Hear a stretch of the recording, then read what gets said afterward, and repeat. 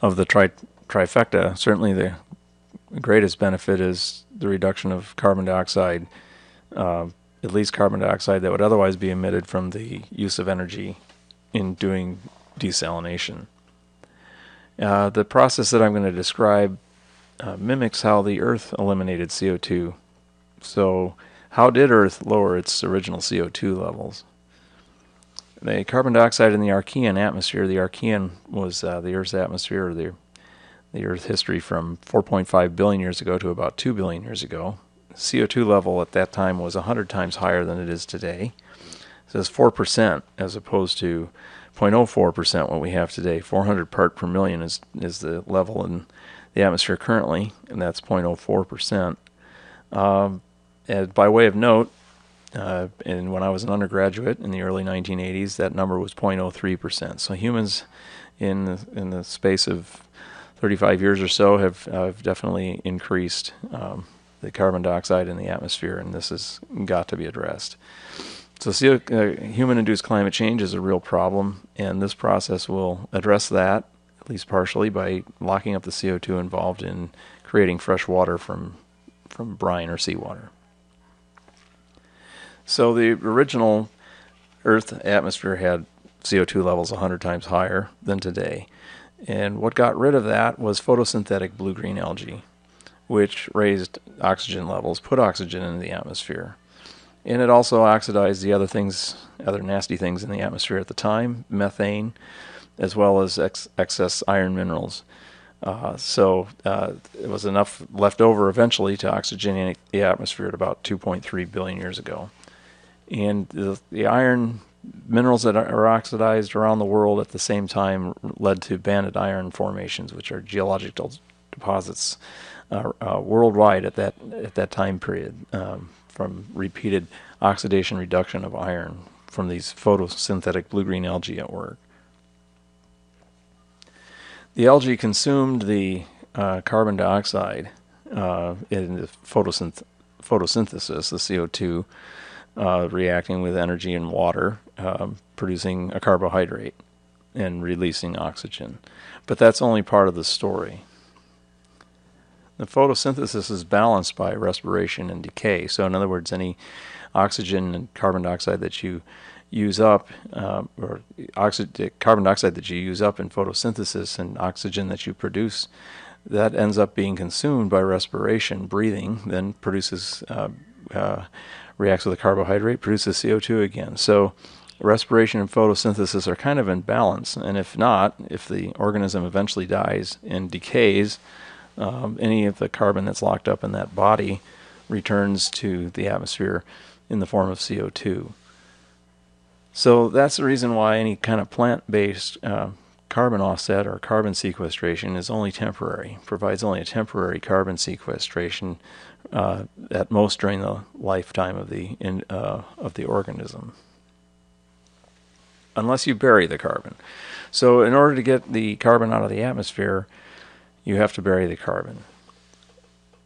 And what are these geological carbon deposits? Where did the Earth put all of this carbon that was in the original atmosphere? As well as through geologic time, how did it keep getting carbon dioxide out of the atmosphere? What was the carbon cycle on Earth?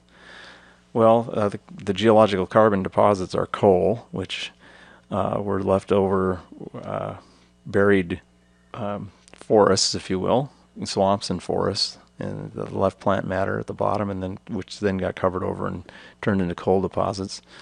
Oil, which is largely from microorganisms in the ocean water that was then deposited on the seafloor. Gases and carbonates.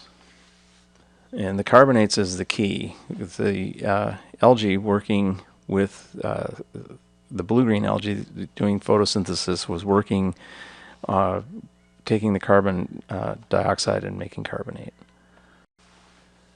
Of this list that I mentioned, the only one I didn't discuss in detail is the gaseous geologic carbon deposits, and those are clathrates. They're somewhat recently discovered direct burial of methane gas on continental slopes into the ocean. But But what about this carbonate? Carbonates were associated with the blue-green algae, which were prokaryotic cyanobacteria that removed the CO2 from the Earth's original atmosphere. And these things were called stromatolites. One of the oldest fossils on Earth is a stromatolite. These are stromatolite fossilized blue-green algal mats in the 2.1 billion-year-old Kona Formation near Marquette, Michigan. These are dolomites, calcium magnesium carbonates. And you can see the layering above the hammer handle. There's a hammer handle there for scale. You can see the layering of the layered lines in the carbonate are the actual ancient mats of algae stacked one on top of the other through geologic time upwards. So this is associated with the photosynthesizing blue-green algae that was also then directly depositing carbonate. So we want to try to mimic this, and this is how the natural carbonate formation works. Basically, carbon dioxide mixes with water to form carbonic acid, and then the carbonic acid dissociates to the acid H plus and bicarbonate. So we call bicarbonate HCO3 minus. It's bicarbonate. And that bicarbonate level is imbalanced with carbonate, which is CO3 on the right-hand side.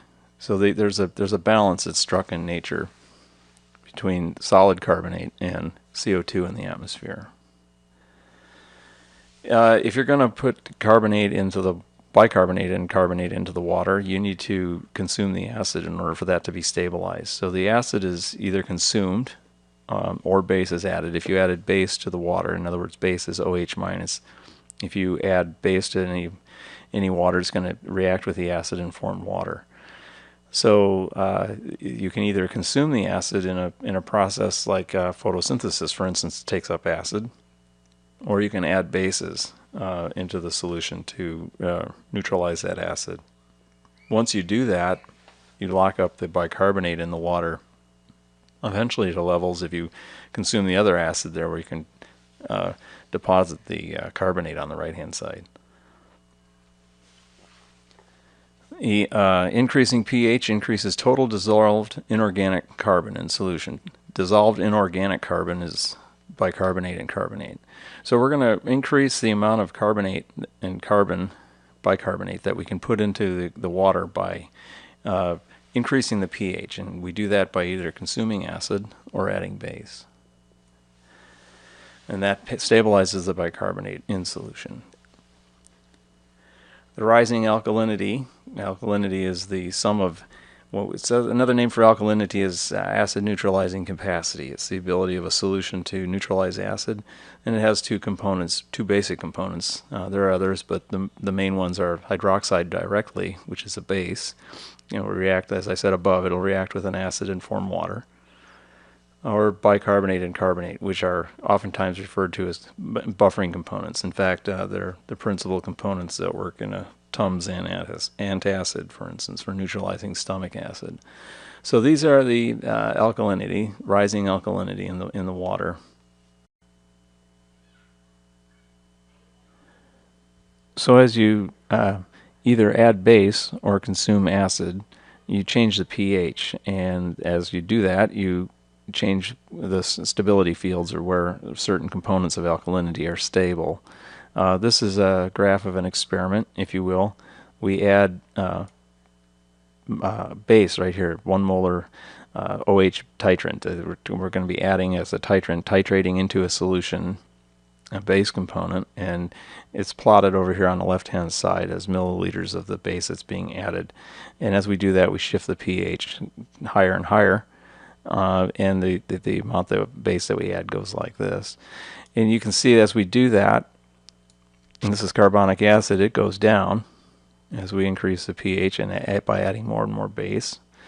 It's replaced by carbonate, which goes up here and maximizes at about 8.